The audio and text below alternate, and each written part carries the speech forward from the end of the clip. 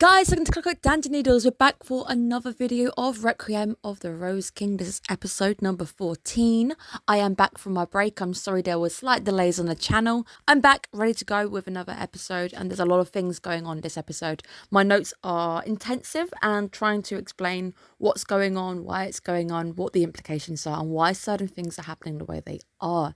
Make sure you guys are subscribed to the channel. We have the goal of trying to hit 1K by the end of the year to try and do some live streaming with you guys to actually get the channel moving in a different direction, but also still keeping the core of what the channel is all about. Lots of things are on my brain and I'm trying to see what's going to happen for the channel in the long run. Without further ado, let's just get going with it. So at the end of last time, we saw George getting imprisoned. He is accused of cursing against the king. That is treason. When we see him taken away, he's not being kept in the Tower of London. Up until this point, all of our political prisoners have been sent to the Tower of London. That is normal. Most of them up there would have a pretty decent life. They would be under house arrest in a sense. But George seems to be led away in handcuffs to an actual prison cell. This looks more like an actual prison cell. But we are told that at this point, he hasn't been punished. His punishment hasn't been decided, so we don't know what's going to go on with him. The times are very differently. Nowadays, you couldn't actually keep somebody imprisoned if he didn't actually have a punishment, or there's no real evidence of him actually doing the cursing. It's just more hearsay at this point. Mistaking a royal for a peasant is a very easy thing to do. We've seen this in season 1. So when Elizabeth is mistaken for just a member of the peasantry, it might seem unreliable, but at this period of time, there is still no newspaper. There are no photos. Nobody really would put the king out if the king was standing in a parade where just everyone was wearing a white t-shirt. They probably wouldn't be able to pick their own king out. There's another little nod at the time period that we're in. We do get a nice little look at 14th century town.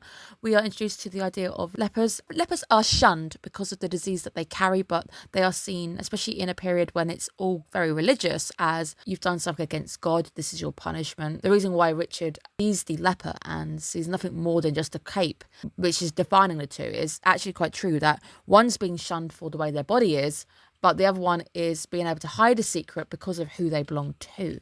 There are a lot more homeless during this period of time because of things like the plagues, the wars, a lot of people who just can't make the money. It's a very rough time to be. It's also a very dirty period to live in London. Disease is rampant. Elizabeth's naive belief upon love. It is not really the period to be asking a noble about love. The peasantry, the lower classes, they certainly could marry for love. But if you are of a higher ranking class, or if your family was in a position to marry you up, they will marry you up. It's going to benefit the family in the long run. So people don't marry for love if they have money to their name. Richard's crush, Anne, the first crush Richard actually had was Anne prior to the Henry crush. It does look as if Richard has married a childhood love, even though we know that is not the case. I am very confident that Catesby really does love Richard. He's also the only person who knows the true secret that Richard is hiding. All until this point, Catesby has been the sole person that has been at Richard's side, the one who has tried to aid Richard, tried to weaken the pain when it comes to hurting Henry. But this sudden realisation that Catesby is in love with somebody really affects Richard, because up until this point they believe that Catesby loves nobody, they're just a wall, they don't have feelings. But that's not the case. Catesby does have feelings. Catesby has somebody that they truly care about. Richard doesn't end up kissing anybody, but does still play to Buckingham's request, because at this point, Buckingham is king. I think we have a similar game nowadays where you pull straws and whoever gets the longest one, they are the king. They get to command somebody to do their bidding. Actions Richard does of not kissing Buckingham, but going in to give him. This is simply the loyalty to the crown. Richard's own loyalty is simply only to the crown, not to themselves. Now, the big plan that Buckingham was trying to instill is the framing of Elizabeth, the framing of the Woodvilles, trying to remove power from the Woodville grasp. George's death can't simply be a death. If you're going to have him killed off, it needs to be instrumental to aiding to the framing. And the idea is that we're going to try and make George believe that the Woodvilles are all trying to hurt him and that he's going to end up taking his own life, or be seen as taking his own life because of their actions. Time is starting to catch up with the mother figure, and she's still not nice to Richard, but she's starting to really look a bit more old, a bit more witchy. But it's very sad to see George and what has become of George. He is a very broken man at this point, believing the wrong people, following the wrong people. A lot of his own actions are just simply through having the wrong connections and being in the wrong place at the wrong time. And it's sad because at this point, his wife, the person he loved, is dead. Very, very easy at this point to tip the scales into believing that the people who are coming for him are the Woodvilles, only seeing Richard as the ray of hope, the one person who is on his side. We're trying to frame Elizabeth and her family, and we're trying to get some of the power away from her. The very clever setup of having George walk in on a fake trial of another man, it's clever, but it's also really sad because poor George at this point really does appear as nothing but a madman, entering a court and accusing all of the ruling class of being evil, essentially being a plague, which is simply just treason and slander against the royal family, sealing the deal to the death sentence, even though this is seemingly revoked, and Edward eventually does a 180 and doesn't actually want his brother to be killed. But we do see the game continuing. Everybody is playing a game. Up until this point, Elizabeth playing my husband was the one who really took damage. I'm sorry, I forget about me. It's all down to my husband. It's a game. We know that she doesn't actually like her husband, but she's still playing the game. Everybody in the court is playing this game to try and get one up or try and get themselves in a better position. But sadly, up until this point, with George's sentence has been set in stone and is sent back to prison to await his death. But it's sad because even at the end, George falsely believing Richard is my ray of hope. Richard is going to come and help me. Richard will save me. But it's not the case. As he believes that Richard is coming to help him, Edward is fighting his decision. He's fighting himself. He doesn't want to hurt his brother because it's still his brother. Richard there trying to play sides, and Richard trying to go, I'm on your side, we will go and save George, we're not going to have it happen, whilst Richard has planned for the murder of their own brother at this moment in time. We are given a hint that the killer is someone that George knows, somebody he recognises. So why is your face so familiar to me? This is a character as well I think is in the OP. I don't know the character yet, but it's a possibility. We've seen them. We have the end of George. It is a sad one because George ends up sinking into the wine, seeing his wife at the end, believing he's in hell, also realising that gold gems were all for nothing, and it's the sad realisation at the end that he's dying and everything he's kind of worked for doesn't really mean anything, and the only person that he really did care about was his wife, and they have that happy reunion as he passes over. But it is another chess piece removed from the board. Somebody else is gone. George's death hits Edward very, very hard with a desired effect. And the desired effect is to get him to start distrusting the Woodville Parliament, the people all around him, the people that Elizabeth has taken time to instill, to put her family in the best places to get all that power. Edward's health taking a very bad stumble as well. I think that is via the help of his wife. Elizabeth is taking aid from the witch, and I think they are slowly poisoning Edward. So Edward is slowly coming to the end of his short term as well. But we are starting to get into a succession debate. With the king's health in bad order, George is now gone. Naturally, the next people in line to the throne are the princes. We now skip Edward because we've actually had children. We've had a male heir born. But because of their age, because they are so young, they will need a regent to rule with them. Naturally, this should go to Elizabeth and the Woodvilles, all of her family aiding. And we see this debate taking place in the court right now.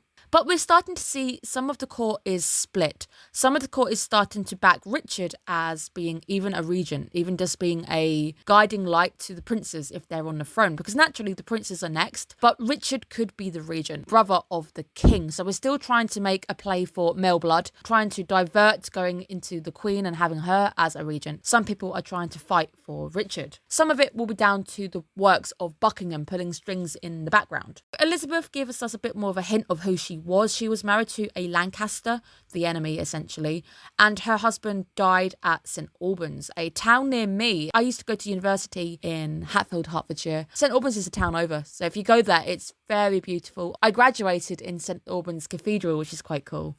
The act of her breaking her trinket is a powerful one because she's playing the game once more. Here I am the Queen of England, I am married to my husband, despite the fact that we all know she does not love her husband and she is trying to get essentially this. She wants her children to rule while she is in charge, essentially being the monarch without her husband, because she knew this was going to happen. She simply had to bide her time and wait. The very powerful act of crying within court to silence the court. Richard is gaining more followers by doing this too, by silencing everybody, silencing this discord between everybody. It's all about my brother. I am saddened by my brother's passing. I am upset. This is a very powerful act that ends up settling everything. I do want to know what's inside the trinket for Elizabeth though, because I still think something powerful is within that trinket. It's been picked up by Buckingham, but I don't think Buckingham's actually looked at it just yet. But Buckingham now trying to work out who is going to be next. It's where we also get the Princess in the Tower plot teased, because the person putting it forward is Buckingham. The next people who are in your way are the two male heirs. If those male heirs are to vanish, the only person in line to the throne is Richard. However, the worst thing that could happen right now happens, and we have distrust between Buckingham and Richard finally sown by that witch. But who is this witch? Because this witch seems to know absolutely everything. They know that Richard's body is not what it appears to be, and Buckingham doesn't know about Richard's body. Buckingham, up until this point, believes that Richard has told the truth. There is nothing between us. I am not keeping any lies from you, Buckingham. Suddenly finding out that Richard lied to your face, there is now distrust, and Buckingham is not happy about this, and this could cause everything to take a tumble. Richard's passing and downfall is foreshadowed through son Edward's dreams, as he saw Richard coming out of a war, but not being the victor, being the one who died in a war. Nice bit of foreshadowing going on, but it does lead to quite a touching moment of a hug.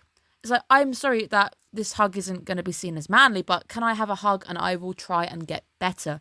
I like this moment because Richard sees themselves as Daddy Richard going in to hug young baby Richard.